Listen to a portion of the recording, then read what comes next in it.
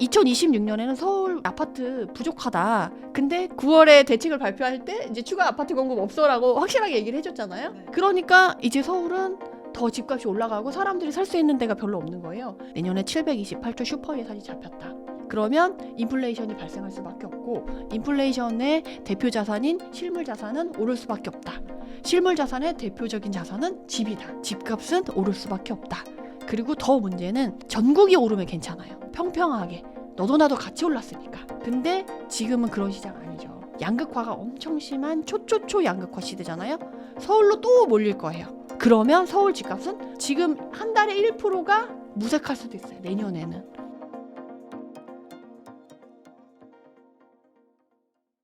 안녕하세요. 인터뷰 진행을 맡은 카프카입니다. 오늘은 메디테라님 모시고 부동산 시장에 대한 이야기 나눠보도록 하겠습니다. 안녕하세요. 네, 안녕하세요. 네, 간단하게 인사 부탁드립니다. 네네, 여러분들 요새 부동산 고민 많으시죠? 오늘 여러분들의 부동산 고민을 시원하게 해결해 드릴 지역 분석가 메디테라입니다. 반갑습니다. 네, 정말 고민이 많습니다, 요즘. 그러니까요. 네, 많을 수밖에 없는데 네네. 정말 이 11호 대책 이후에 많은 분들이 집을 어떻게 사야 되나 정말 많은 고민을 하고 계시는데 오늘 좀 시원한 대안을 좀 마련해 주시면 완전 대안해 시원하게 주시면 네, 말씀드리겠습니다. 감사하겠습니다. 네. 최근에 이제 11호 대책 이후에 부동산 시장에서 나타나는 가장 큰 변화는 무엇이 있을까요? 우선 거래 절벽을 말씀드릴 수 있을 것 같아요. 왜냐하면 살 수 있는 그 구멍을 다 이제 촘촘하게 막으려고 하는 대책이 이제 1015 대책이었기 때문에 그 거래 절벽이 가장 뚜렷하게 나타난 상황이 아닌가 싶습니다. 그래서 자료를 보시면 여기에 우리가 지금 2025년도에 정말 부동산을 뜨겁게 만드는 포인트들이 있어요. 그래서 거래량을 보면 봉우리가 3개 생겼어요. 토지거래 허가구역 해제 재지정됐던 2, 3월에 봉우리 1개가 쭉 올라왔고요. 그리고 조기 대선 이슈로 5월, 6월에 또 봉우리가 올라왔어요. 근데 그 봉우리는 2, 3월 달 봉우리보다 2~3배 높았어요. 높았고, 그리고 지금 1015 대책 발표되기 전에 627 대책과 1015 대책 사이에 봉우리가 또 하나 길게 나타나고, 그거는 봉우리 위에 또 이렇게 평지도 있어요. 거래량이 쭉 유지가 됐다는 거죠. 그렇게 3개의 봉우리가 생겼거든요. 그래서 사실은 지금 부동산 시장이 막 활황기는 아니기 때문에 거래량이 이렇게 튀는 거는 일반적이지 않다라고 생각을 하시면 되거든요. 그러니까 어떤 부동산을 자극할 만한 이슈가 있었다라고 생각을 하시면 되고, 그 이슈가 아까 말씀드린 대로 토지거래허가구역 해제 재지정, 그리고 조기 대선 이슈, 그리고 마지막에는 이제 이재명 대통령이 당선이 된 이후로 규제 대책을 발표한다고 발표했지만 오히려 시장을 자극하는 그런 현상이 이루어졌다. 이렇게 보시면 되고, 그래서 보시면 1015 대책 발표되고 10월 달까지는 1015 대책이 발표되고 그 전에 계약서를 쓴 사람들이 있잖아요. 그러니까 그게 반영이 돼서 8,000건인 거예요. 그러면 보름 만에 한 8,000건이 거래됐다라고 보시면 되는 거죠. 그래서 보름 이후에는 진짜 실수요자, 약간 5일장이라고 말씀드리죠. 1015 대책 이후에 20일까지 토지거래 허가구역이 묶이기 전에 그 5일 동안에 거래된 것까지 넣었을 때 8,000건. 그 다음에 이제 11월이 3,000건. 그리고 12월에는 1,498건이에요. 제가 25일 날 데이터를 뽑아왔는데 1,498건. 2,000건이 채 안 되는 상황이거든요. 우리가 6월 달 조기 대선 이슈일 때 서울 거래량이 11,000건이 넘었어요. 그쵸? 그러니까 이게 지금 거래 절벽이 정말 뚜렷하게 나타났고, 그리고 이 1,400건은요 2022년도에 그 자이언트 스텝 밟을 때 있잖아요. 사람들이 너도 나도 아무도 안 산다. 2주의 자유까지 침해를 당할 정도다 할 정도가 이 거래량이 이 정도거든요. 그러니까 지금 그 정도로 확 쪼그라들었다라고 보시면 될 것 같아요. 네. 그럼에도 불구하고 또 이 규제로 인해서 풍선 지역이 또 풍선 효과가 나타나는 지역이 있다고 들었습니다. 네. 지금 좀 어느 지역에서 이런 현상이 나타나고 있나요? 지금 풍선 효과 지역들은 당연히 이렇게 빨간 데가 다 규제로 묶였고, 빨간 데가 아니게 된 주변 지역들이 쫙 다 올랐다고 보시면 되는데, 제가 사실 1015 대책이 발표되는 날 다른 유튜브에 출연하는 날이었어요. 녹화를 하는 날이어가지고 그날 11시 촬영이어서 10시에 그 발표를 했거든요. 근데 물론 그 전부터 이제 사람들이 이제 소식이 엠바고가 돌잖아요. 뭐 이런 것들을 접하곤 했었는데, 10시에 발표하고 제가 11시에 촬영을 했으니까 당연히 궁금한 건 뭐겠어요? 풍선 지역 어디냐. 그거였기 때문에 제가 그때 단지를 아예 찍었거든요. 근데 그 단지가 다른 단지에 비해 3배가 거래가 되고 가격이 단기간에 5천만 원이 올랐어요. 규제되고 나서 한 일주일 열흘 상간에. 그 지역이 어디였냐면 안양 그 망안안구에 레미안 메가트리아였어요. 여기 안양 동안구가 묶였거든요. 여기 빨간 데를 보시면 동안구에 신축이라던가 평촌 신도시 이런 주요 지역들이 다 들어가요. 근데 안양 만안구는 안 묶였잖아요. 그러니까 여기는 구축들이랑 좀 약간 퍼져 있고 이제 옛 도심 같은 그런 느낌이 있어요. 그래서 묶이지 않았는데 이 안양 동안구와 가까우면서 대단지 신축이자 준신축 단지가 딱 2개가 있어요. 그러니까 거기로 당연히 풍선 효과가 가지 않겠어요? 그렇죠. 근데 그 나머지 하나의 단지는 입주한 지 아직 2년이 안 됐어요. 매물이 없어. 그러면 어느 단지겠어요? 그죠? 그 단지가 그래서 거래가 3배가 뛰고 단기간에 이 1015 대책 발표되어서 5천만 원이 확 뛰게 됐어요. 사실 627 대책 발표되고 나서 이 단지가 오히려 규제의 영향을 받아서 조건부 대출이 막히면서 오히려 거래가 좀 안 됐었거든요. 그러면서 약간 가격이 주춤하면서 너무 가격도 좋고 매물도 많고 환경이 좋았던 거죠. 근데 이제 1015 대책의 수혜를 받게 되면서 빵 이렇게 터진 거라고 생각하시면 되고, 그리고 여기가 그거거든요. 그래서 지금 레미안 안양 메가트리아인데 지금 보시면 2위인 안양 CL4의 자이가 33건이 거래됐어요. 근데 레미안 메가트리가 128건이 거래됐죠. 세 배도 아니에요. 제가 지난번에 확인했을 때 3배였거든요. 이번에 촬영한다고 다시 준비한 4배가 돼 있는데요. 그러니까 사실 1015 대책 발표되기 전에 제가 627 대책을 발표되고 나서 이 지역이 좀 주춤하다. 근데 대단지고 여기가 거주 환경이 너무 좋거든요. 상권도 바로 옆에 있고 이제 평촌 신도시의 학원가도 이제 가성비 있게 이용할 수 있거든요. 학원차가 왔다 갔다 하니까. 그래서 이 지역이 너무 괜찮다. 그리고 가격대도 너무 착했어요. 그래서 몰릴 수밖에 없는 상황이 된 거죠. 그래서 이 단지를 찍었는데 이렇게 가격이 올라갔고, 그리고 뭐 그 주변에 있었던 구리시도 1015 대책 발표되고 전반적으로 다 3천만 원씩 가격이 오르고, 뭐 역세권의 신축 같은 경우는 뭐 5천만 원씩 오르고 해서 이쪽도 올랐고, 그리고 이 고양시 같은 경우는 은평구까지 묶었잖아요. 근데 고양시는 이제 옛날에는 일산신도시가 고양시를 대표했다라고 하면 지금은 일산신도시는 많이 저물었어요. 그래서 일산 사시는 분이 너무 힘들어하시거든요. 그래서 제가 항상 일산 얘기할 땐 되게 조심스러워요. 이제 욕을 먹을 걸 각오하고 솔직하게 말씀드린다. 왜냐하면 전문가분들이 일산은 좋다고 얘기할 수도 없는 지역이고 나쁘다고 얘기하자니 일산 사시는 분들이 속상해 하시니까 일산 얘기만 하면 어쨌든 이제 악성 댓글에 시달려야 되는 상황이라서 얘기를 안 하시거든요. 근데 아무도 얘기를 안 해주니까 일산 분들이 너무 힘들어 하시는 거예요. 그래서 제가 그거에 대한 대책을 오히려 세우라라고 하는 의미로 말씀을 드리는데, 이제는 덕양구 쪽으로 나오셔야 된다. 그래서 이제 고양시는 일산이 대표하는 게 아니라 이제 덕양구가 고양시를 대표하고 있고, 이 덕양구 같은 경우는 특히 여기 밑에 덕운지구라고 있거든요. 여긴 마포생활권이에요. 그러니까 이제 덕양구 안에서도 서울에 더 가까운 인접 지역은 오히려 입지가 좋아요. 그래서 이 덕운지구 같은 경우는 6억대에 분양을 했거든요. 지금 11억, 12억이에요. 2배가 됐어요. 2년, 3년 만에. 그러니까 앞으로 이런 지역을 보셔야지 돈이 되는 지역이다. 서울 생활권에 붙어 있는. 그래서 지금 서울 너무 비싸요. 살 수 있는 사람 많지 않아요. 근데 올해 이제 올해 되죠? 언제 업로드될지 모르겠지만 1월 2026년에는 서울 이제 아파트 부족하다. 근데 9월에 대책을 발표할 때 이제 추가 아파트 공급 없어라고 확실하게 얘기를 해줬잖아요. 그러니까 이제 서울은 더 집값이 올라가고 사람들이 살 수 있는 데가 별로 없는 거예요. 그러면 그 다음에 여러분들이 보셔야 될 건 준서울이라고 불리는 서울 생활권 지역을 보셔야 되거든요. 경기도권 내에서 준서울이라 불리는 서울 생활권. 돈 되는 지역이 이런 지역인데 이런 주변에 말씀드린 지역들이 그 역할을 하게 되겠죠. 그래서 고양의 덕양구, 부천, 중동신도시, 그리고 이제 광명도 묶였죠. 그렇지만 묶였어도 광명은 작년에 10,000세대 이상의 공급이 있었기 때문에 가격이 다른 준서울 지역에 비해 덜 올랐어요. 광명은 무조건 챙겨봐야 되고, 그다음에 안양 만안구, 그리고 군포 3번 신도시도 있죠. 그리고 수원, 영통까지 묶였는데 수원역이 쿼터홀 역세권이에요. 그 바로 앞에 호메실 지구가 있는 권성구는 묶이지 않았어요. 네.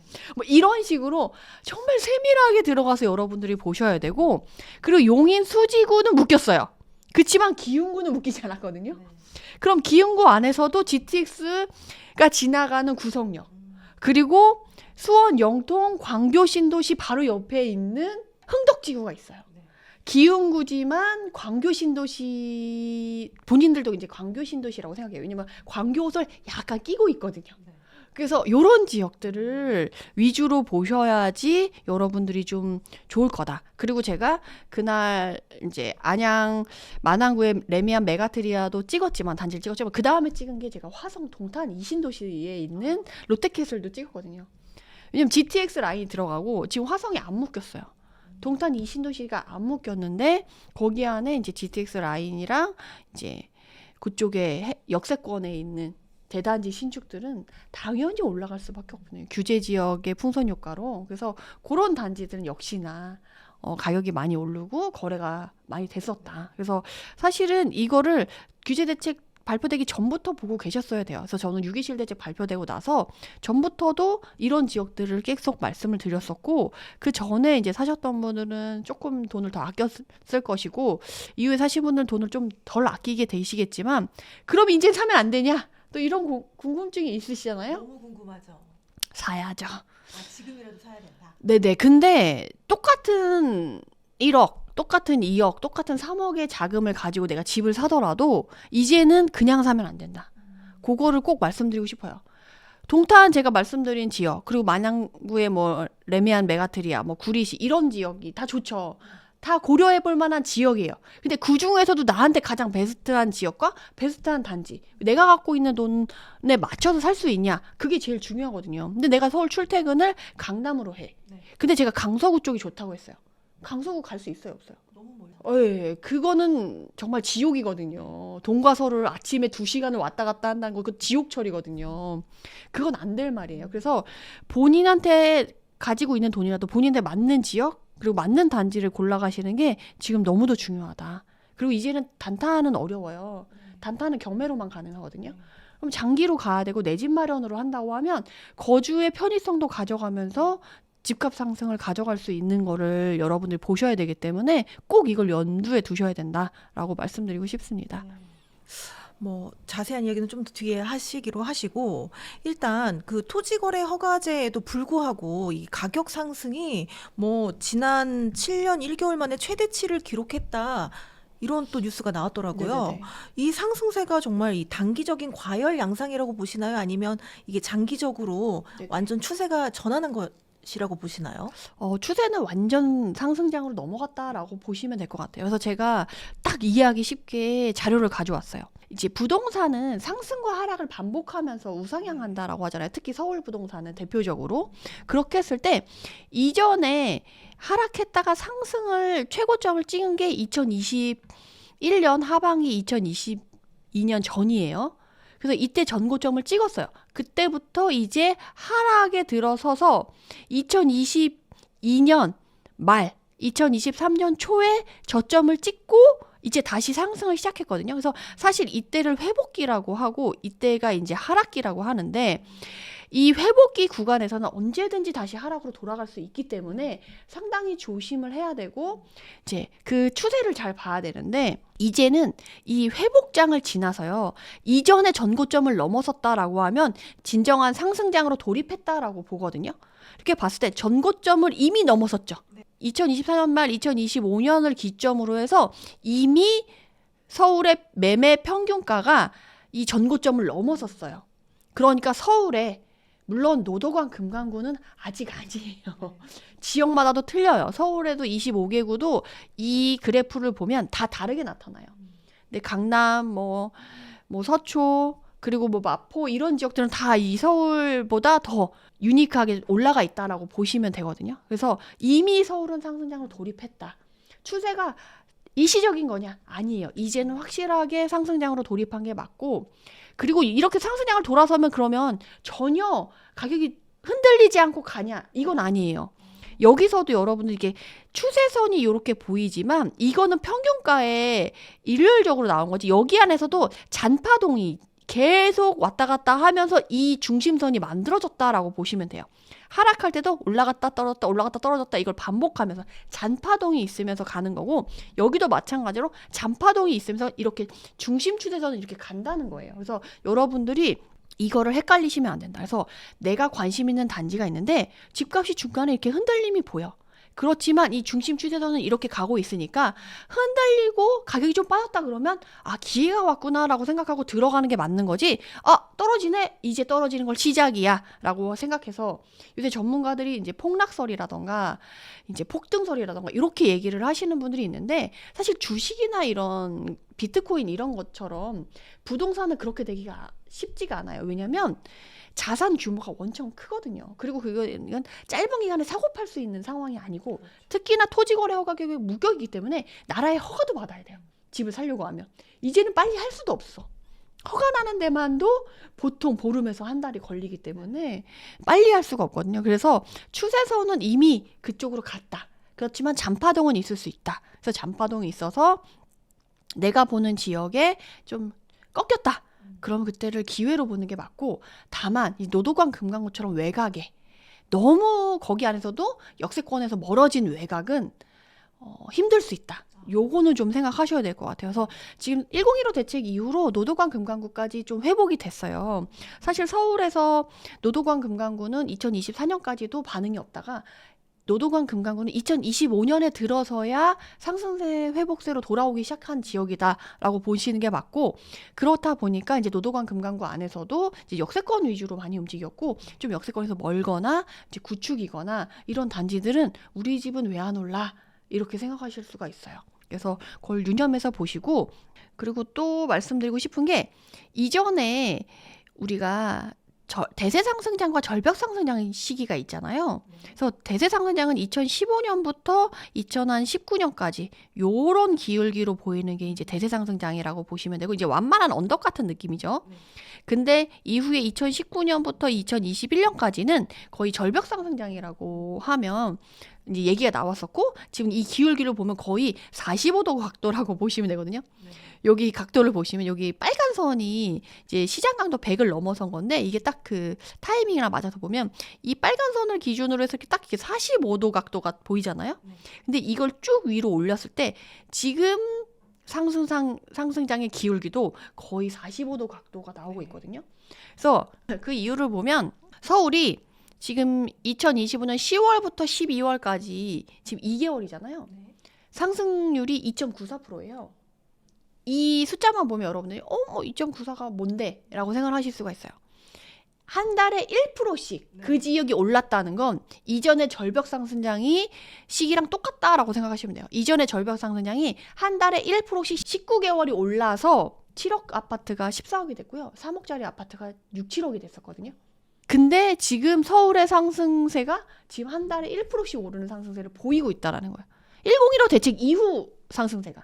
그러니까 627 대책 이후랑 1015 대책 사이에는 얼마나 많이 올랐겠어요. 지금 1015 대책 발표되기 전에 제가 성동구랑 마포구에 임장을 갔었거든요. 제가 임장을 잘 다니는 이제 현장 투자자다 보니까 갔는데 2주마다 갔었어요. 2주 만에 1억이 올랐더라고요.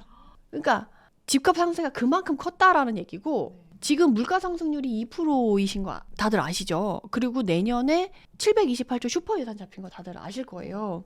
시중에 돈이 엄청 풀릴 거예요. 그리고 이거는 이제 금융위에서 은행을 통해서 금리를 낮춰서 시중에 대출을 통해서 돈을 푸는 게 아니잖아요. 그러니까 유동성을 돈을 푸는 방법도 여러 가지가 있는데, 은행이 대출을 통해서 돈을 푼다는 건 그래도 간접적인 방법이에요. 은행을 한번 통해서 가니까. 그리고 대출이라는 허들이 하나 더 있잖아요.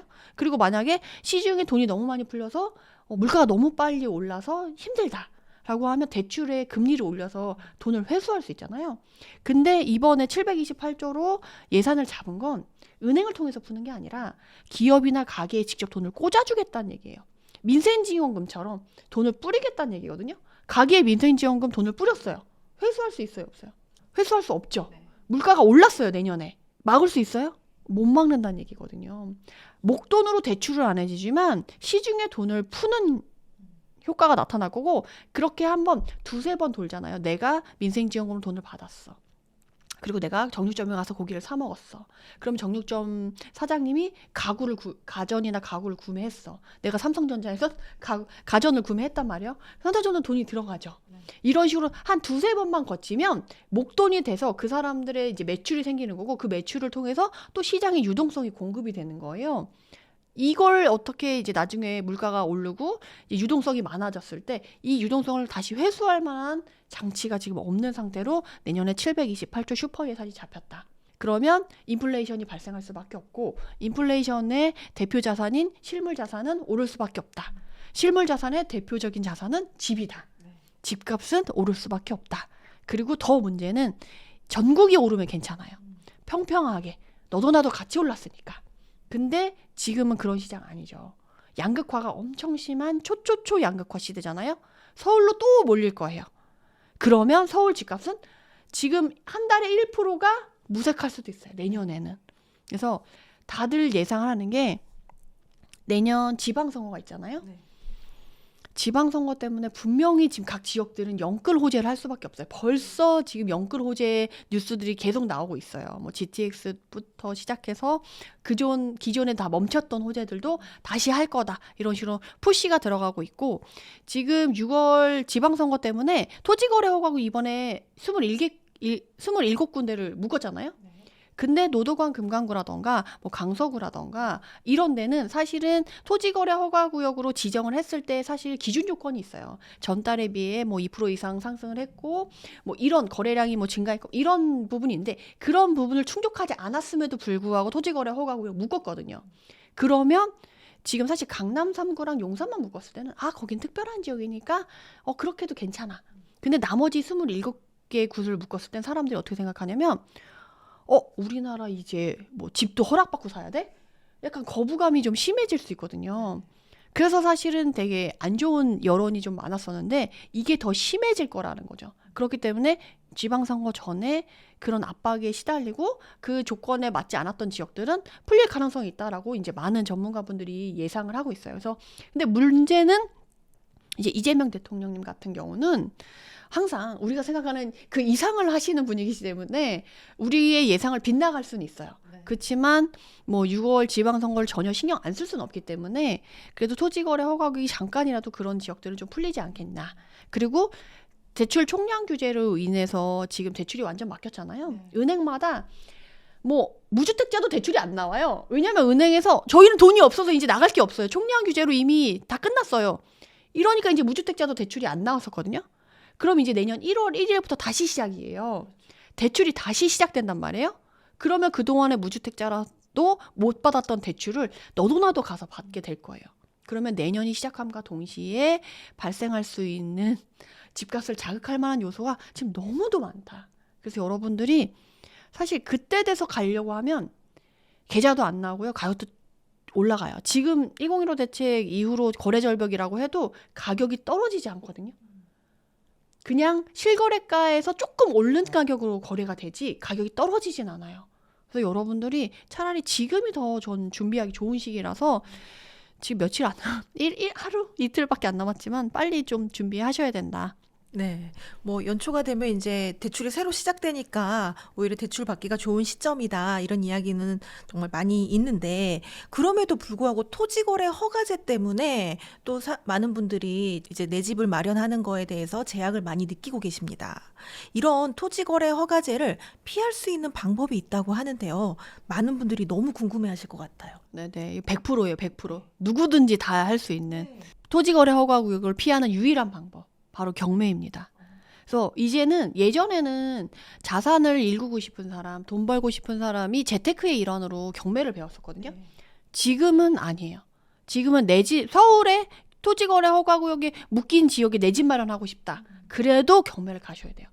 그러면 그렇게 경매로 가는 사람들이 그럼 경매로 싸게 집을 받아올 수 있냐. 왜냐하면 경매로 하는 사람들은 집값을 싸게 받을 수 있다라고 기대를 하시잖아요. 그렇죠.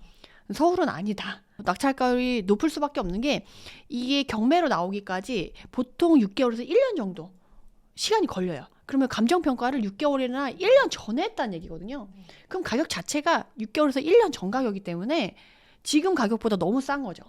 그렇기 때문에 당연히 감정가 낙찰률이 올라갈 수밖에 없고 뭐 100%, 120% 이렇게 받을 수밖에 없어요. 근데 그래도 시세보다 싸거나 시세에 준하는 가격에 받아올 수 있는 거죠. 근데 토지거래 허가구역을 피할 수 있어요. 그러면 뭐가 좋냐? 지금 돈 없으신 분들은 지금 좀 슬퍼하셔야 될 게 갭 투자가 안 되잖아요. 전세를 끼고 사면 그나마 더 적은 금액으로도 같은 아파트를 살 수 있어요. 근데 거주를 하면서 실거주를 하면서 그 집을 사라고 하면 돈이 더 많이 필요해서 같은 돈을 들고 있어도 전세를 끼고 사는 것과 내가 실거주해서 사는 거랑은 가격 차이가 엄청 많이 들어가요. 내가 써야 내가 갖고 있어야 되는 돈이.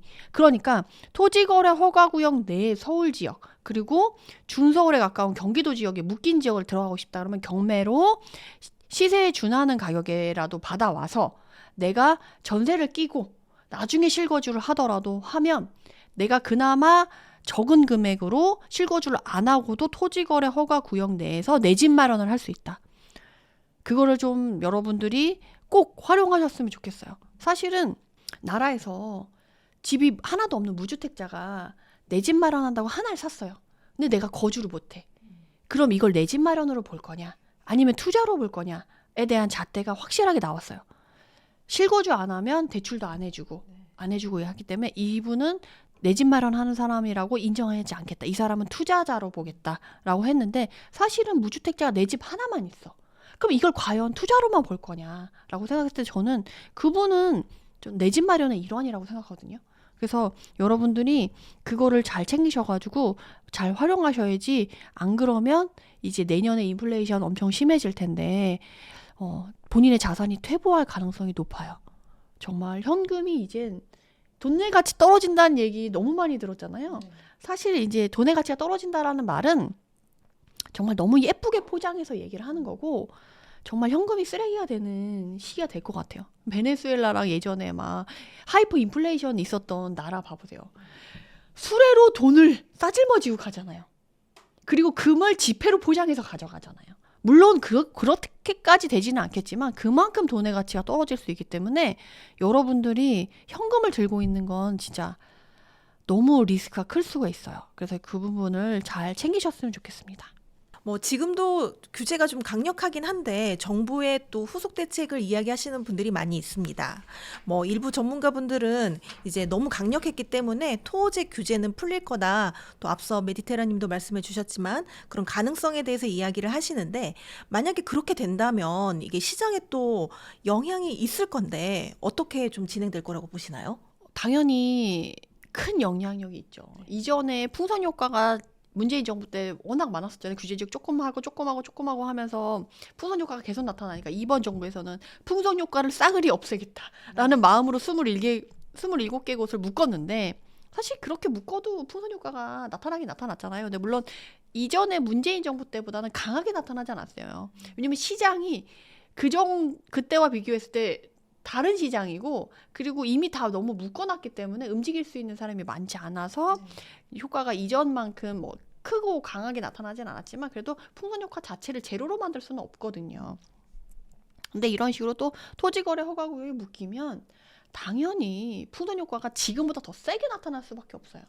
뭐 노도강 금강구가 풀린다. 그리고 뭐 강서구나 뭐 경기도 인접에 서울 인접에 있던 지역들이 풀린다 그러면 당연히 내년에 대출이 같이 풀리면서 시너지가 날 수밖에 없어요. 그러면 또 시장이 한번 확 뜨겁게 달아오를 수 있는 요소가 될 수밖에 없다라고 보여지고 결국에는 정치권에서는 고민을 하게 될 것 같아요. 지방선거를 위해서 잠깐 그렇게 확 하는 것에 대해서는 감수할 거냐. 근데 그렇게 감수하고 나서도 정치권은 잃을 게 없는 게 이렇게 한번 또 부동산 시장이 확 타오르잖아요. 거봐. 그러니까 규제를 할 수밖에 없어라고 하면서 명분을 또 한 번 가져갈 수 있어요. 그러면서 이제 민주당의 기조가 있잖아요. 그 기조에 한 번 더 빌드업을 할 수 있는 요소를 가져가고 있는 거기 때문에 충분히 가능성이 있다라고 저는 보고 있습니다. 그렇다면 지금까지는 좀 가격 상승이 미미했던 그 지역들이 이 만약 규제를 풀면은 확 또 오를 가능성이 굉장히 높겠네요. 근데 가격이 확 오른다기보다는 거래가 확 살아나겠죠. 그리고 거래가 확 살아나고 뭐 20억, 30억 하던 단지들은 워낙에 현금을 많이 들고 있던 사람들이 가지만 네. 사실 노도관 금강구는요 대출을 1,000만 원, 2천만 원만 덜 해줘도 집을 아예 못 사는 수요가 많아지거든요. 왜냐하면 현금력을 갖고 있는 사람들이 아닌 사회 초년생이라던가 신혼부부 수요가 대부분을 차지하고 있는데 그분들은 갖고 있는 보유 자금이 얼마 없어요. 그래서 대출을 1,000만 원, 2천만 원, 그 스트레스성 DSR 1단계, 2단계, 3단계 이거를 적용하는 것만으로도 집을 살 수 있는 사람들이 많이 줄어요. 그렇기 때문에 가격이 뭐 강남 3구처럼 확 오른다, 막 몇 억씩 막 주마다 오른다 이렇게는 어렵지만 그래도 이전에 가격이 안 움직이고 있다가 가격이 그래도 움직인다. 1,000만 원, 2천만 원 오른다, 2천만 원, 3천만 원 오른다라고 할 수가 있는 거죠. 그래서 노도강 중에서도 노원구 중계동 같은 경우는 사실 학군지에 우리나라의 3대 학군지잖아요. 거기 같은 경우는 사실 15억, 20억 사이 20억 전후 단지들이 꽤 있거든요. 그 단지들은 좀 상승폭이 조금 더 클 수 있겠죠. 그렇지만 뭐 나머지 이제 5억 전후라던가 이제 10억 미만의 단지들은 뭐 억 단위 상승을 기대할 수는 없다. 그렇게 말씀드릴 수가 있겠습니다. 그렇다면 대표님께서 예상하시는 정부의 후속 대책 1순위는 어떤 내용이세요? 당연히 이제 보유세죠. 보유세. 이미 이번에 규제 지역을 확대하면서 세금 규제가 들어갔어요. 물론 다주택자에 한해서 더 세금 규제가 더 심해졌고 무주택자는 덜한 면이 있지만 그래도 세금 규제가 안 들어간 건 아니다. 그래서 그거를 여러분들이 간과하실 수 있는데 그 부분을 한 번 더 짚어드리고 싶고, 그리고 내년 지방선거 때문에 6월 1일 전에 할지 6월 1일 이후에 할지는 이제 정치권의 판단에 맡겨야 될 것 같아요. 아마 엄청 테이블에 올려서 서로 엄청 싸우고 있을 거예요. 그래도 해야 된다. 왜냐면 세수가 지금 부족하니까. 곳간이 비었다는 얘기 엄청 많이 들었잖아요. 게다가 지금 728조 슈퍼 예산 하면 또 재정 적자가 또 심해질 거거든요. 그러면 이 세금을 어떻게 할 거냐라고 했을 때, 근데 사실 민주당에서는 재정 적자가 다른 나라에 비해 적다라고 생각해요. 그렇기 때문에 저는 충분히 지방선거 끝난 이후에 보유세를 올리지 않을까. 그렇게 생각을 하고 있는데, 어쨌든 지방선거 전에 하든 후에 하든 1순위는 보유세, 이 부분을 건드리게 될 거다. 네. 좀 지금 같은 시점에서 이제 부동산을 팔아야 할 사람 또는 사야 할 사람, 그러니까 버텨야 할 사람, 이렇게 포지션별로 차이가 있을 것 같은데요. 어떤 기준을 적용하면 좋을까요?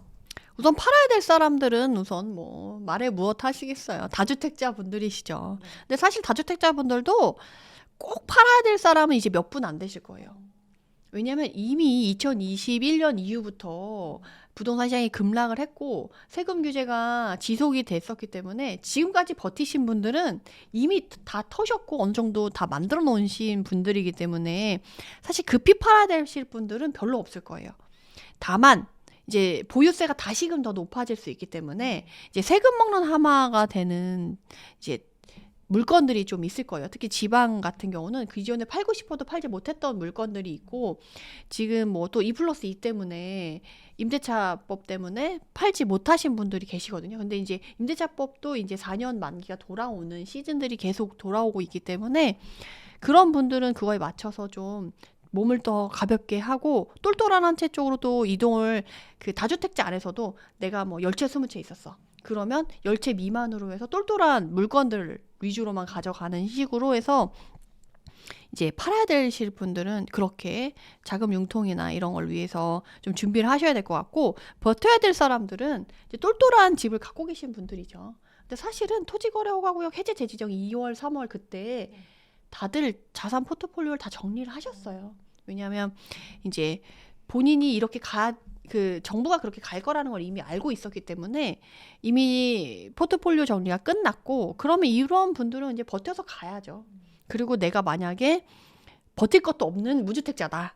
그러면 지금 당장 열심히 준비하셔. 지금 오늘 가서 계약서 쓰라는 게 아니라 지금부터라도 빨리 준비하고 알아보셔서 본인한테 맞는 집을 사셔야지. 안 그러면 정말 제 요새 만나시는 분들마다 이제 상담을 원하시거나 이제 강의 때 만나시는 분들을 만나보면 그분들이 정말 뭐라고 하시냐면 이러다 평생 집을 못 살 것 같다. 내 집 마련 못 할 것 같다. 이러신 분들 진짜 많은데요. 뒤로 갈수록 더 어려워질 거예요. 근데 집값은 오를 거예요. 그래서 여러분들이 빨리빨리 움직이셔야 돼요. 뒤로 가면 좀 규제가 이제 너무 세니까 이렇게 규제 세서는 집 못 사. 좀 있으면 규제 풀지 않겠어? 아닙니다. 다음에 규제 발표되면요. 정책 발표되면 더 규제할 거고요. 대출 더 힘들어질 거고요. 세금도 더 높아질 거예요. 더 복잡해지고. 그래서 차라리 오늘이 제일 사기 편하다. 이렇게 생각을 하시고 빨리빨리 준비하시는 게 맞을 것 같습니다. 사실 내 집 마련을 안 하고 싶은 사람은 없을 것 같은데요. 그렇죠. 워낙에 지금 집값 상승이 높다 보니까 감히 엄두를 못 내는 분들이 많지 않을까 싶습니다. 이 메디테라님이 나오셨기 때문에 이게 좀 금액대별로 좀 좋은 기회가 있으면 이 기회에 좀 이렇게 소개를 해주시면 어떨까 싶습니다. 제가 사실은 제 채널이 힐링재테크에서 최근에 1억대, 2억대, 3억대 아파트 오, 이렇게 해가지고 제가 올렸어요. 가능한가요? 가능합니다. 마지막이에요. 진짜 마지막 시즌, 마지막 골든타임이라고 생각하고 제가 피를 토하는 심정으로 사실 만든 영상이에요. 지금 1억대 가지고는요, 서울에 들어갈 수도 있어요. 노도관 금강구를 본다면 1억대라도 가능해요. 근데 제가 이전에부터 이제 지금 제가 12년 차 투자자거든요. 쭉 10년 넘게 부동산을 봐오면서 느낀 건 뭐냐면 용의 꼬리보다는 뱀의 머리가 낫다.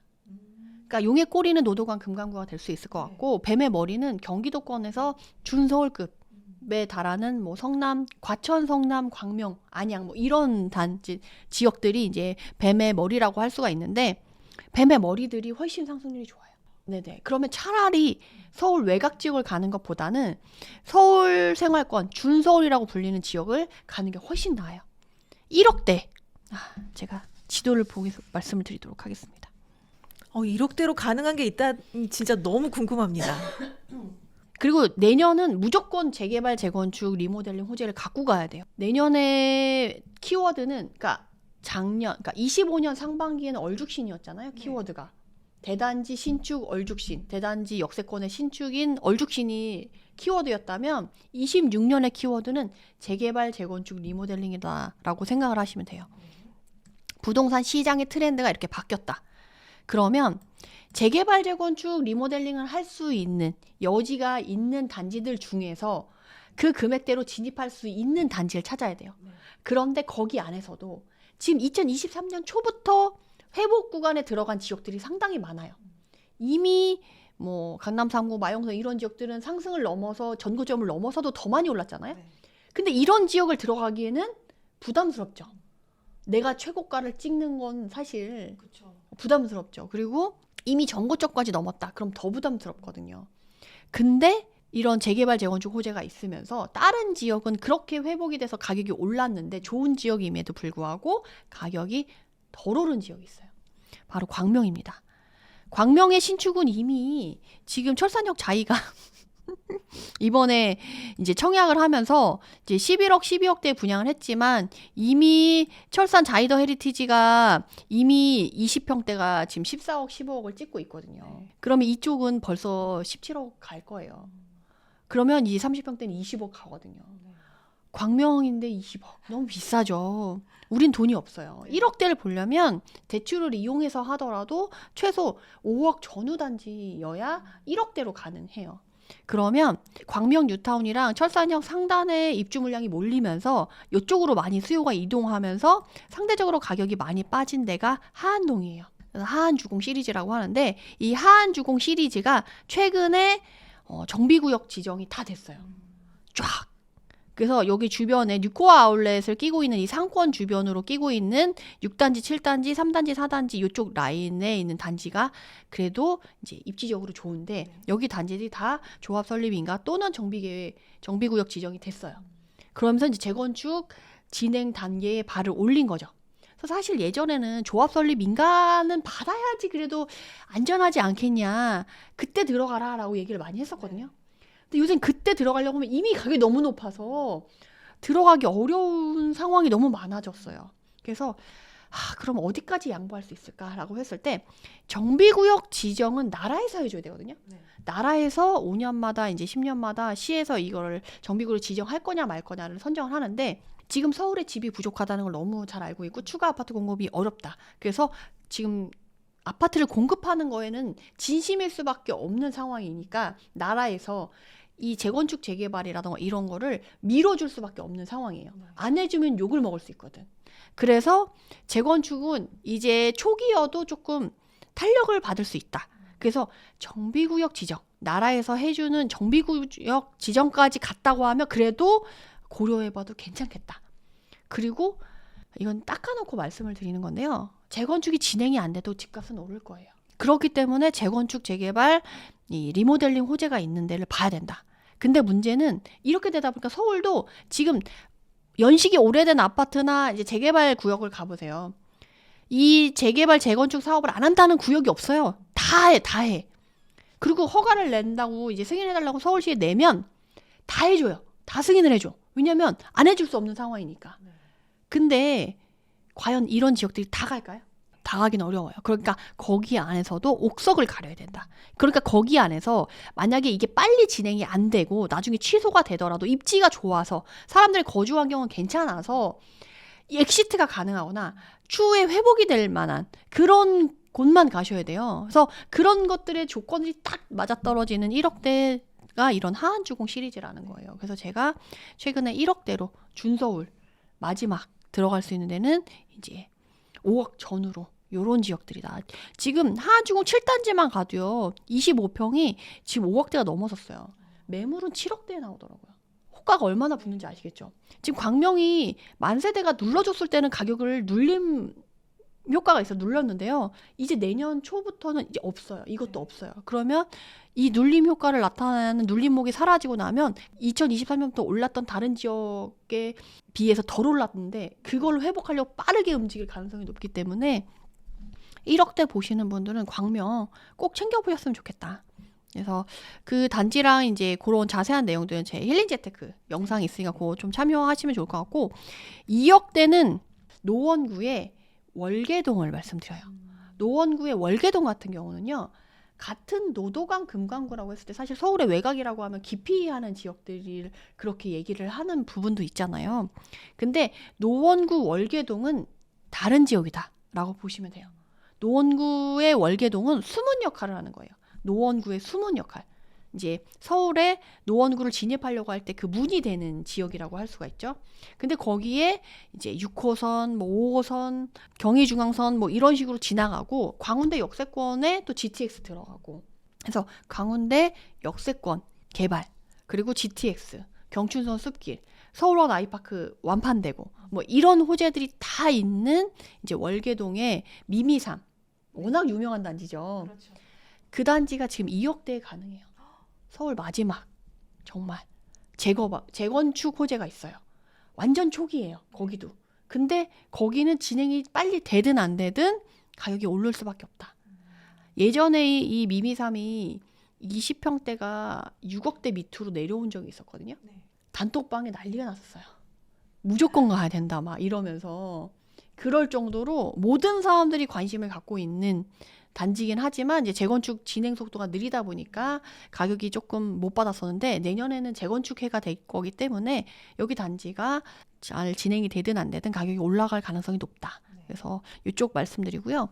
마지막 이제 3억대 같은 경우는 강남 3구 안에서 마지막 들어갈 수 있는 강남 3구가 3억대요? 네네 마지막이에요. 정말 마지막. 그래서 강남 3구 안에서도 이제 송파구가 가장 가격대의 스펙트럼이 넓어요. 그래서 뭐 잠실로 넘어가면 뭐 20억 밑에는 찾아보기 어렵죠. 그렇고 이제 가락동 내려오면 이제 뭐 15억과 20억을 볼 수가 있는데 거기서 조금 더 내려오면 사실 이전에 23년, 24년에 거여마천이나 요 문정동 쪽은 추천하지 않았어요. 왜냐면 여기 사신 분들이 많이 우셨거든요. 잠실은 저렇게 올라가는데 왜 우리는 이렇게 안 올라가요? 드디어 이쪽도 물이 다 들어가기 시작했습니다. 그래서 지금 보시면 거여마천에 지금 10억대 미만으로 8, 9억대가 되는 데가 여기 우방 1차랑요. 여기 문정 시형 아파트. 물론 이제 20평대 안 되는 한 18평 정도 되지만 이걸 이제 9억 밑으로 할 수가 있어요. 그러면 내 돈 3억을 가지고 대출 6억까지 되잖아요. 15억 이하는.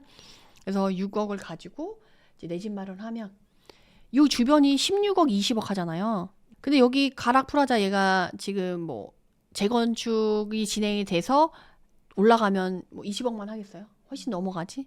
그러면 얘네도 이제 얘는 이 여기 같은 경우는 리모델링 호재가 있어요. 리모델링이 되면 가격이 이제 10억 이하로 계속 머무를 수는 없잖아요. 그렇죠. 네네. 자산 가격이 점프할 수밖에 없는 상황이기 때문에 내가 서울 강남 3구 안에서 3억대로 가고 싶다. 그럼 마지막이다. 그러면 송파에 거여마천 이제 문정까지 챙겨보시면 좋을 것 같습니다. 네, 너무 오늘 꿀팁들을 많이 주셔가지고 정말 사실 이 정도면 이 정도 하면 제가 몇백만 원 받고 이렇게 와, 이렇게 그 상담을 해드리는 네. 분들에게 주는 이 단지를 그냥 무료로 풀었다라고 생각을 하시면 돼요. 지금 많은 분들이 아마 열심히 적고 계시지 않았을까. 근데 제가 좀 우려되는 게 본인의 자금 상황이랑 세금, 이 보유 자산을 체크하고 들어가야지 무조건 좋다고 들어가서 꼬이면 이게 또 안 좋을 수 있거든요. 그러니까 누구한테나 이제 베스트한 지역은 없어요. 그래서 1억대, 2억대, 3억대에서 가장 베스트한 지역을 제가 꼽아봤을 때, 그러니까 입지 분석과 지역 분석가의 눈으로 봤을 때 가장 좋은 지역은 여기 맞지만 그게 본인한테도 맞는지는 본인이 다시금 판단하시고 들어가셔야지 그거는 조금 여러분들이 챙기셔야 될 것 같아요. 그렇죠. 자금 계획도 꼼꼼하게 세우시고 또 각자 자금 계획이 다 다르시기 때문에 네, 개별적으로 또 다 확인을 해보셔야죠. 네, 제가 12월 달에 사실 계약서를 4개 썼거든요. 와, 뭐 다 매수만 한 건 아니지만 이제 4개를 쓰면서 제가 계약 파기 사례를 많이 봤어요. 이제 제가 그 계약서 4개를 쓴 건 이제 매도를 한 것도 있고 뭐 기존에 보유한 물건에 뭐 계약을 한 것도 있고 이런데 주변에서 제가 그 계약을 진행하면서 그 부동산에서 계약 파기된 사례를 너무 많이 봤어요. 왜 그런가 봤더니 대출이 나오는 줄 알고 계약을 했는데 대출이 안 나오는 거예요. 그래가지고 계약 파기된 사례가 정말 많았다라고 얘기를 하시더라고요. 그리고 저 또한 계약을 했는데 한 번 파기됐었어요. 그리고 다시 계약이 진행이 됐는데 그 파기된 사례가 그분도 대출이 안 나와서였어요. 그러니까 여러분들이 이런 식으로 그냥 이제 단지만 괜찮다고 들어가시면 큰일 날 수가 있어요. 그래서 모든 걸 다 점검하시고 확인하고 그거를 해결해 줄 수 있는 방법을 찾아놓은 다음에 해야지 오히려 계약금을 날릴 수 있다. 네, 알겠습니다. 사실 요즘 같은 시기가 좀 갈아타기 하기도 굉장히 어려운 시기가 아닌가 싶어요. 맞아요. 너무 이제 상급지 가격이 오르다 보니까 갈아타기가 정말 어려운 상황인데 요즘 같은 시기에 좀 가장 피해야 될 요소가 있다면 무엇이라고 보시나요? 내 것을 온전히 지키겠다라는 마음이 갈아타기를 못하게 하는 1순위가 아닐까 싶습니다. 제가 이번에 갈아타기 하신 분들을 많이 봤거든요. 그리고 이제 요새는 갈아타기 하실 때 세무사를 끼지 않고는 갈아타기가 불가능해요. 서울에서는. 왜냐하면 지금 이번에 1015 대책 발표되고 공급 대책 발표됐을 때 그때 껴서 얘기한 게 뭐였냐면 합동 점검을 열심히 하겠다. 그리고 이상 거래 현상을 주목하겠다라고 했지만 사실은 고가 주택에 대한 거래를 감시하겠다. 그리고 그거에 대한 세금무 조사를 기본적으로 깔고 가겠다라고 했기 때문에 그냥 서울에서 20억 이상 거래를 한다. 그러면 무조건 세무조사를 받는다라고 생각하시면 돼요. 그래서 요번에 이거 대책 발표되기 전으로 해서 세무사분들이 엄청 바쁘셨어요. 자금 조달 계획서를 다 세무사를 띄고 해야 되는 거예요. 근데 문제는 사는 사람은 내가 돈을 어떻게 마련해서 이 집을 사는 거다라고 해서 자금 조달 계획서를 내잖아요. 근데 매도자도 그 집을 팔고 다른 데를 살 거기 때문에 그분도 자금 조달 계획서가 필요한 거예요. 그러니까 세무사는 사는 사람도 그렇고 파는 사람 모두 둘 다 자금 조달 계획서를 해줘야 되니까 세무사분들이 엄청 바쁘셨다고 하시더라고요. 그래서 그분들이 하시는 말씀이 그렇게 해서 자금 조달 계획서 쓸 만큼 이번에 집을 사신 분들은 다 갈아타기 하시는 분들이었고 그 갈아타기 하시는 분들이 다 갈아타기를 성공하신 분들의 공통점은 팔을 자르던 다리를 자르던 한 군데씩을 버리고 갈아타기 하신 분들만 갈아타기 하실 수 있었고 그냥 온전한 상태로 내가 갈아타기를 하시겠다라고 하시는 분들은 다 갈아타기에 실패하셨다고 하시더라고요. 그러니까 기존에 내가 갖고 있었던 집을 팔고 상급지로 가야 되는데 기존 집을 안 판 상태에서 이제 가면 대출도 하나도 안 나오고 이게 안 되니까 기존 집을 싸게 팔은 거예요. 그냥 금매로 던진 거죠. 그러니까 팔 하나 자르고 다리 하나 잘랐다는 얘기예요. 그러고 나서 상급지는 어떻게 해서 비싸게 막 가격이 올라오고 있었잖아요. 비싼 가격에 우선 잡은 거예요. 그랬는데 6개월이 지나고 이제 2025년이 지나니까 그래도 싸게 판 그 가격보다 비싸게 주고 샀지만 그걸 합친 것보다 그 1년 동안 오른 가격이 더 높았다는 거죠. 결국에는 위너가 됐다는 거예요. 근데 내가 온전히 내 자산을 지킨 상태에서 갈아타기를 하겠다라고 하는 사람은 집을 못 판 거죠. 그래서 상급지 집도 못 샀어. 이게 팔리지 않았는데 집을 살 수는 없잖아요. 그래서 그런 분들은 갈아타기를 못 하고 그래서 팔이든 다리든 하나 잘라주고 간 사람만 갈아타기에 성공할 수 있었다. 그래서 내가 내 자산을 온전히 지키겠다라는 마음은 이제 갈아타기를 할 때 큰 허들이 될 수밖에 없는 상황이 됐다라고 말씀드릴 수 있을 것 같아요. 좀 지금 같은 좀 시기적인 특성상 또 어느 정도 감안을 해야 되는 부분이 있는 것 같습니다. 정말 이런 세무사분, 친한 세무사분이랑 이 사석에서 이렇게 얘기를 한 건데 너무 공감이 돼서 이제 말씀을 드리는 거예요. 현실적으로 사실 현실은 이렇다. 뭐 사실 돈 모아서 집 사세요. 뭐 열심히 잘하면 방법이 있습니다. 이건 너무 지금 상황에서는 너무 꿈 같은 얘기가 아닌가. 굉장히 구체적으로 전략을 짜야 되는군요. 그렇죠. 이제는 그렇게는 힘들어요. 쉽지 않다. 그렇다면 좀 성공적인 갈아타기를 위해서 꼭 좀 조언해 주시고 싶은 내용이 있으시다면 어떤 게 있을까요? 네네. 우선 의지가 확고하셔야 되고, 그리고 대출, 그리고 이제 매도가 가능한 전략을 알고 들어가셔야지만 이제 갈아타기를 하실 수 있을 것 같아요. 사실은 매수자 자체가 없으면 가격을 아무리 낮춰도 팔 수가 없거든요. 그래서 지금은 예전에도 매도는 예술이라고 했었거든요. 사는 거는 내 돈 주고 그냥 가서 사고 싶은 걸 사면 돼요. 근데 매도는 내가 사는 게 아니라 남이 사줘야 되는 거거든요. 근데 지금 이렇게 거래가 잘 안 되고 돈이 다 대출로 묶였기 때문에 돈을 갖고 있는 사람들도 더 깐깐하게 집을 고를 수밖에 없는 상황이거든요. 그러면 내 집을 팔 때 매력도를 높이고 살 사람을 찾아내는 능력이 필요해요. 그거에 대한 스킬이 너무도 중요한, 매도가 이제 더 예술이 된 상황에서 이런 스킬들이 정말 중요한 시기다라고 말씀드릴 수 있을 것 같아요. 그 꿀팁들은 제가 사실 사람마다 그 스킬이 너무 달라서 이렇게 하세요라고 얘기할 수 있을 만한 게 없어요. 잘하시면 돼요. 이렇게 얘기하면 사실 들으나 마나잖아요. 잘 파시면 돼요. 뭐 싸게 내놓으면 돼요. 뭐 인테리어 하면 돼요. 다 했는데도 안 나가는데? 사실 지금 그렇거든요. 근데 그거는 이제 그러면 그 다음 단계에서 할 거는 그 사람마다 달라져서 제가 그런 도움이 필요하신 분들한테 이제 강의를 해드리려고 해요. 그래서 그거는 개인적으로 케바케라서 그렇게밖에 말씀을 드릴 수가 없겠네요. 안타깝게도. 이제 규제 지역 확대로 경기도 내에서도 정말 희비가 엇갈리고 있는 상황인데요. 규제로 묶인 지역과 비규제 지역 중에 현재 투자 매력도가 조금 더 높은 곳 어디라고 보시나요? 제가 이 질문 받으면 요새 이렇게 말씀드려요. 이 소개팅이 열렸어요. 네. 소개팅이 열렸단 말이죠. 그래서 완전 예쁜 친구들이 있어요. 그래서 이제 강남 당구 용산이죠. 화장을 못 하게 했어요. 네. 나라에서. 너는 얼굴 예쁘니까 화장하지 말고 소개팅 나와라고 한 거예요. 근데 이제 그렇게 되면 완전 얼굴은 예쁜데 화장을 못한 친구들이랑 얼굴은 덜 예쁜데 화장을 한 친구들이랑 같이 이제 소개팅을 나가면 어때요? 경쟁력이 좀 있어지잖아요. 그렇죠. 그러니까 비규제 지역 안에서 좀 입지가 덜한 지역들도 괜찮게 거래가 되면서 같이 주목을 받을 수 있었어요. 근데 이번에 1015 대책으로 27개 지역을 쫙 묶었잖아요. 네. 얼굴 완전 예쁜 친구도 화장하지 마.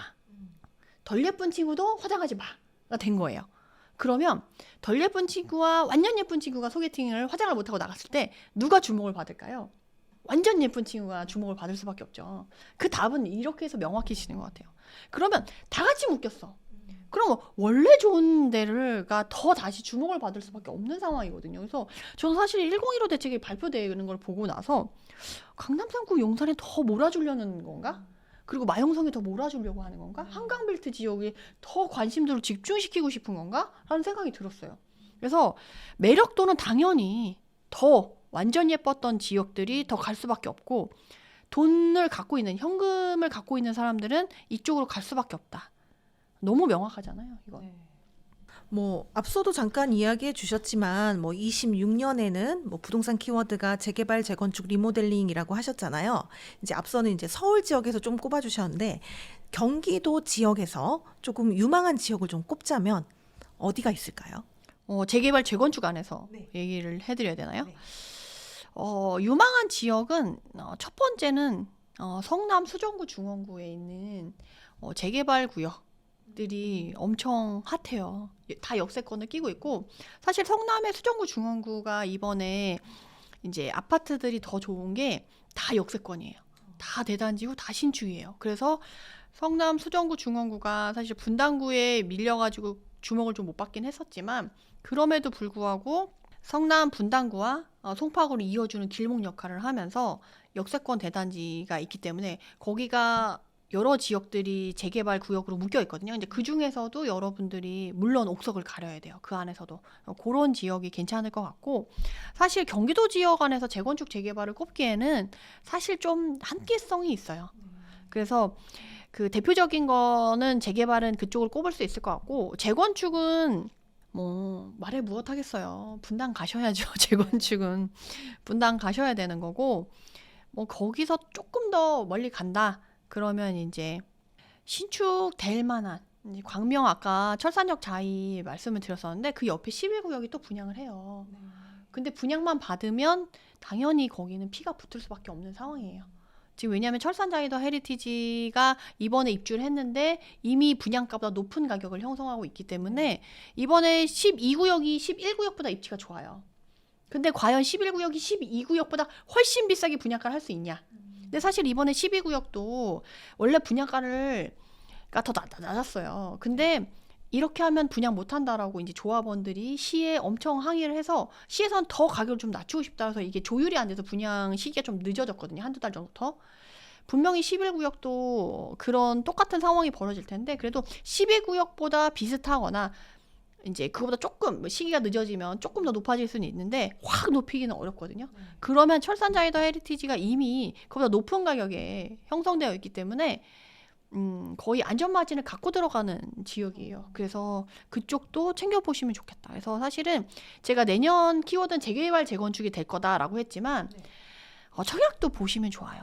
근데 청약은 요새 정말 낙타가 바늘구멍에 들어가는 상황이잖아요. 그렇습니다. 이번에 그 트리니 원도 그렇고 로또 분양이 너무 많잖아요. 뭐 잠실 르엘이나 잠레아나 뭐 못 들어가서 다들 그렇지 대기만 하면 뭐 그 자리에서 뭐 10억이 올랐네, 15억이 올랐네, 20억을 뭐 로또네 이렇게 하고 있으니까 만약에 그런 것들이 가능하다 그러면 그런 것도 챙겨보시면 좋죠. 그래서 사실 12구역이 너무 분양가 높아서 대출 규제가 많으니까 좀 미분양이 좀 나오지 않겠냐. 그래서 미분양이 나오면 이제 줍줍으로 그래서 부동산 중개사 사무소장님들이 그때 제가 임장을 쭉 돌았을 때 12구역에 광명 안에서 돈을 그만큼 갖고 있는 사람이 많지 않으니까 1순위는 광명 내에서 무주택자가 할 수가 있는 거잖아요. 무주택자 중에 돈을 그렇게 많이 갖고 있는 사람이 많지 않다라고 해가지고 줍줍이 나오면 이제 대기를 타겠다라고 한 리스트를 이만큼씩 사람들이 뽑아놨었단 말이에요. 근데 제가 광명 얘기도 많이 하고 요새 좀 분위기가 그러다 보니까 줍줍이 안 나왔어요. 거의 이제 그 개수가 거의 안 나온 거죠.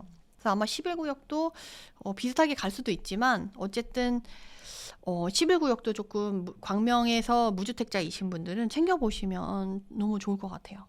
그래서 이런 식으로 재개발, 재건축 그리고 청약까지 같이 챙겨보시면 좋겠다.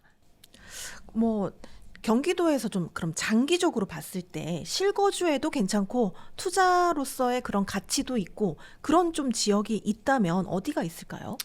지금 사실 토지거래허가 101호 대책 발표 이후에 지금 상승률이 높은 지역들이 있고 그 시장의 에너지가 좋은 지역들이 있어요. 그리고 상승률이 높은 지역에 교차를 했어요. 교집합으로 1, 2, 2위, 3위 이렇게 제가 쭉 뽑아봤거든요. 1위가 가천, 2위가 성남, 문당구. 어떤 느낌인지 아시겠죠? 지금은 비싼 지역이 상승률도 좋다. 그리고 앞으로의 시장 에너지도 좋다. 근데 과천 성남은 과천 문당은 너무 비싸다. 그럼 그 다음 순위가 누구냐라고 했을 때 광명, 두 번째 안양, 세 번째 하남 순서로 보시면 좋을 것 같아요. 그 다음 4위가 구리. 그럼 이런 지역들은 뭐 신축이 아니라 기존에 있는 구축도 괜찮은 건가요? 그죠. 역세권을 끼고 있는 준신축까지 괜찮아요. 이 지역들 같은 경우는. 그래서 광명, 안양, 하남, 구리 이렇게 챙겨보시면 좋겠습니다. 네. 그렇다면 좀 반대로 이 시점에 이런 곳은 좀 실거주로도 조금 위험하다 하는 지역이 있을까요? 경기 북부권이요. 네. 사실 북부권에 사시는 분들이 너무 속상해 하시는데요. 네. 약간 전 지방 얘기를 같이 좀 드리면 좋을 것 같아요. 지방에 사시는 분들이 지금 너무 속상해 하시거든요. 서울은 지금 막 뭐 집값이 2배가 됐네 이렇게 얘기가 나오는데 지방 분들은 아직도 지금 급락한 이후로 회복이 뭐예요? 그거보다 더 떨어졌다 하는 지역들도 꽤 있거든요. 그래서 지방 사시는 분들한테는 제가 뭐라고 조언을 드렸냐면 거주와 보유를 따로 해라. 지방 사시는 분들은 곧 이것들이 대중화될 수밖에 없다. 이렇게 말씀드렸는데 경기 북부권에 사시는 분들의 일부 지역들, 물론 막 양주 옥정 신도시라던가 뭐 파주 신도시라던가 이런 신도시들은 그나마 좀 괜찮은데 나머지 지역들은 조금 힘들어요. 그래서 그런 지역분들은 오히려 보유와 거주를 조금 분리해도 괜찮지 않겠나.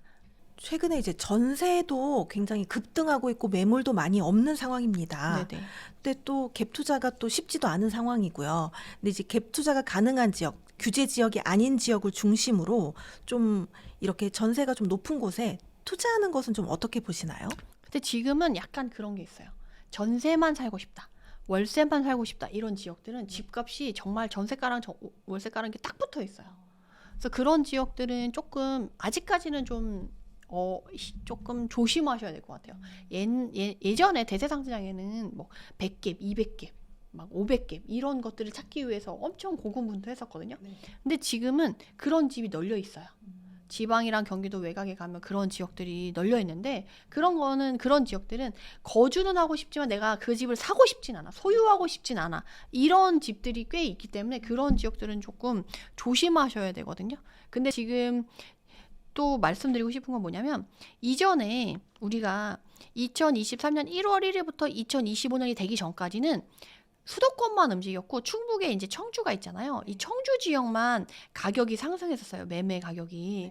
근데 2025년이 지나서는 이렇게 바뀌었어요.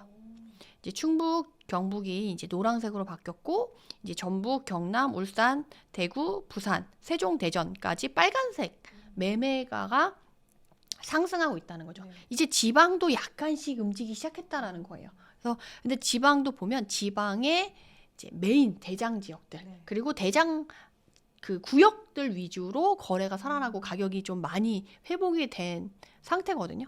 그래서 이제 지방에서도 일부 움직임들이 있으니까 그런 지역까지는 조금 실거주로는 괜찮다. 경기 북부권도 마찬가지로 그런 지방과 같은 톤의 느낌으로 보시는 게 안전하지 않을까 싶습니다. 네. 뭐 공급 물량이 줄어들면서 정말 전세 대란이 올 것이다 이런 이야기를 하시는 전문가분들이 많으신데요. 지금 뭐 전세나 월세 거주하시는 분들에게 좀 현실적인 조언을 해주신다면요. 내년은 더 힘들어질 것 같습니다. 사실 저도 전세 대란 때문에 걱정이 돼서 많은 위험성이 있다라고 경고를 했었던 전문가 중에 한 명이었고 사실은 전 그게 올해 가을 쯤 나타날 거라고 생각을 했어요. 근데 이번에 이제 6.27 대책 발표하고 이제 공급 대책 발표되고 1015 대책 발표하면서 어떤 효과가 있었냐면 나라에서 전세를 거주하려고 하는 사람들에게도 너 집 없어? 너 이제 앞으로 큰일 났어. 너 서울에 집 없어? 너 이제 큰일 났어. 이렇게 오히려 저격을 하는 정책을 발표하다 보니까 전세를 사려고 하는 사람들이 다 매매로 갈아탔어요. 그래서 오히려 9, 10월 달에 올해 전세 대란이 일어날 것이다라고 생각했던 가을장에 9, 10월에 오히려 그 전세 수요가 매매 수요로 가면서 살 수 있는 집은 한 개도 없어요라는 단지들이 많게끔 만들었고 전세는 오히려 그래도 두세 개는 있어요로 만들었었거든요. 그래서 결국에는 이 대책을 통해서 수요를 전환시켜서 전세 대란이 안 일어나게끔 시기를 미룬 효과는 있었다. 그렇지만 근본적인 대책은 아니었기 때문에 이게 시기가 미뤄졌을 뿐 결국 이 폭탄 돌리기의 시기가 길어졌고 내년 상반기에 되면 더 큰 폭탄이 올 수밖에 없는 상황이다라고 말씀드릴 수 있을 것 같아요. 왜냐하면 내년에는 이제 아파트 공급도 없지만요. 빌라 공급도 없어요.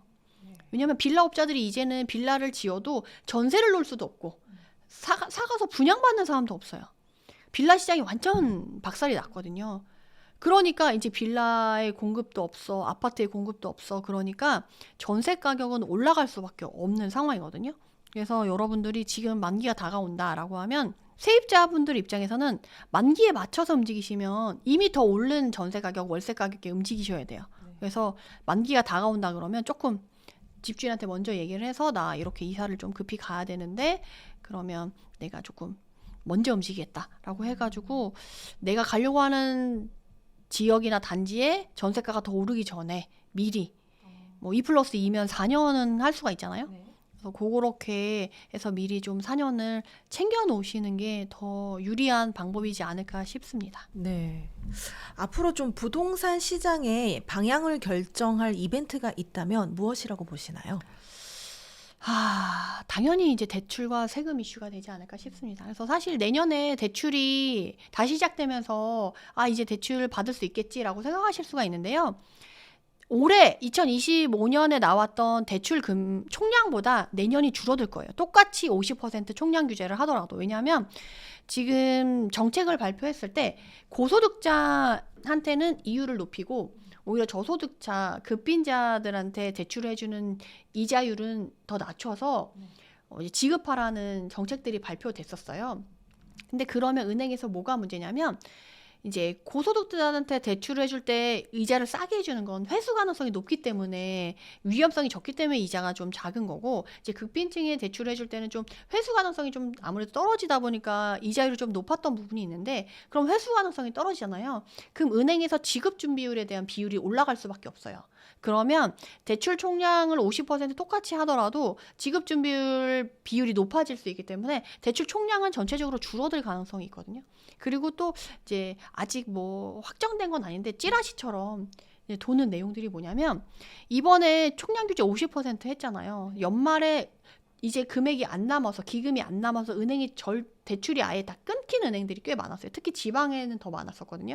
그럼 그 은행들이 연말에는 항상 그 기금난에 시달리니까 이거를 그러면 대출 규제를 계속하면 내년도 그렇게 될 거 아니에요. 더 빠르게. 그러면 상반기 안에 뭐 중반기쯤 됐을 때 이미 대출 기금을 소진할 가능성도 꽤 높잖아요. 그럼 하반기에 대출이 전혀 안 이루어질 수 있거든요. 그럼 이것에 대한 대책을 어떻게 세울 거냐라는 그 하나의 그런 장치로, 그러면 이거를 월마다 끊자라는 얘기도 나왔어요. 그러니까 대출 총량을 만약에 뭐 120이다라고 하면 10씩 끊는 거죠. 월마다. 대출을 10씩 해주는 거예요. 한 달에. 그러면 어떻게 되겠어요? 월 초가 되면 은행 앞에 줄을 쫙 쓰겠죠. 그러니까 어떤 방식으로 규제를 하던 이제 그 부작용은 나타날 수밖에 없는 상황이고, 이것들이 시장에 크게 영향을 미칠 수밖에 없다. 그리고 제가 이번에 2025년에 입주장을 봤을 때 입주장들이 되게 좀 힘든 부분들이 있었어요. 이번에 대출 규제를 들어오면서, 특히 조건부 대출을 들어오면서 시장의 생태를 확 바꿔버렸어요. 예전에는 매매할 때만 중도금이 있었잖아요. 이제는 전세에도 중도금이 생겼어요. 너무 신기하지 않아요?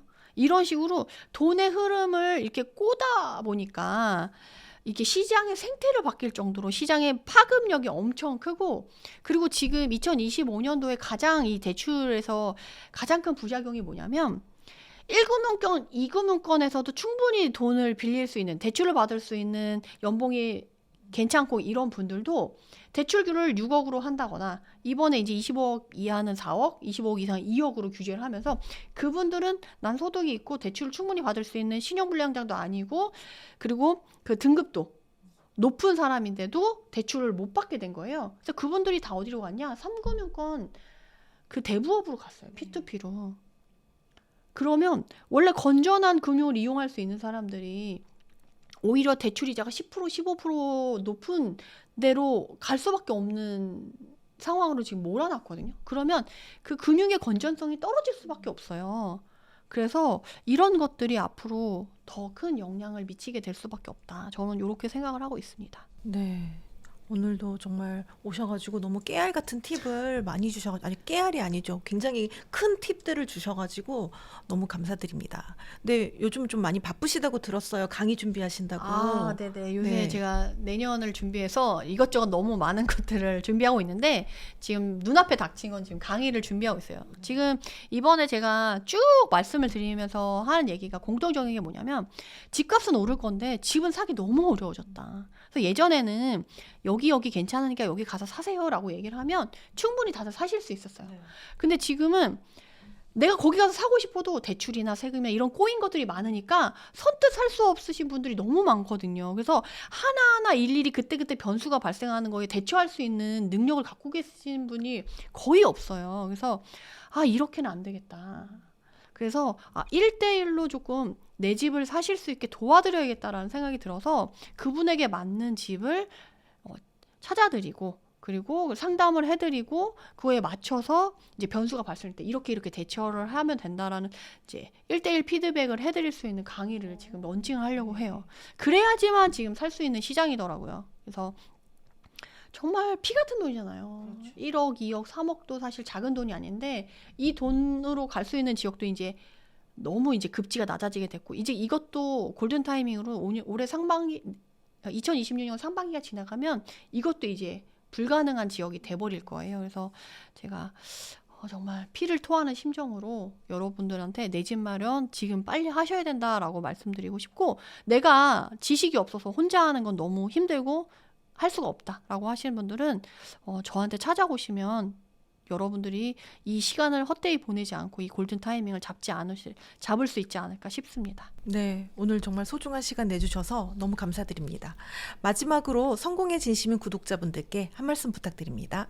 요새 너무 힘들죠. 내년에 경기도 어려울 것 같다고 전망이 많이 나와서 여러분들이 좀 힘드실 수가 있는데요. 저도 참 교사 출신이다 보니까 일만 열심히 해서 이제 맞벌이해서 사는 것에 대한 한계를 느끼고 이제 이쪽으로 오다 보니까 결국에 호경기는 나라가 만들어주는 게 아니라 스스로 만드는 거가 맞더라고요. 그래서 여러분들이 지금 뭐 재테크를 이제 선택이라고 생각하시면 안 되고 재테크랑 자산을 챙기는 게 이제 필수라고 생각하시고 여러분들이 하셔야 되지 않을까. 물론 이걸 할 때 자기가 노력한 만큼 금방 나오지는 않아요. 그렇지만 그 노력은 어디 가지 않는다. 그 산 증인이 제가 될 수 있지 않을까 싶고요. 그래서 여러분들이 2026년에는 조금 노력을 잘 들이셔가지고 좋은 결실을 맺는 한 해가 되시길 간절히 바라도록 하겠습니다. 네, 오늘 말씀 감사드립니다. 네, 감사합니다.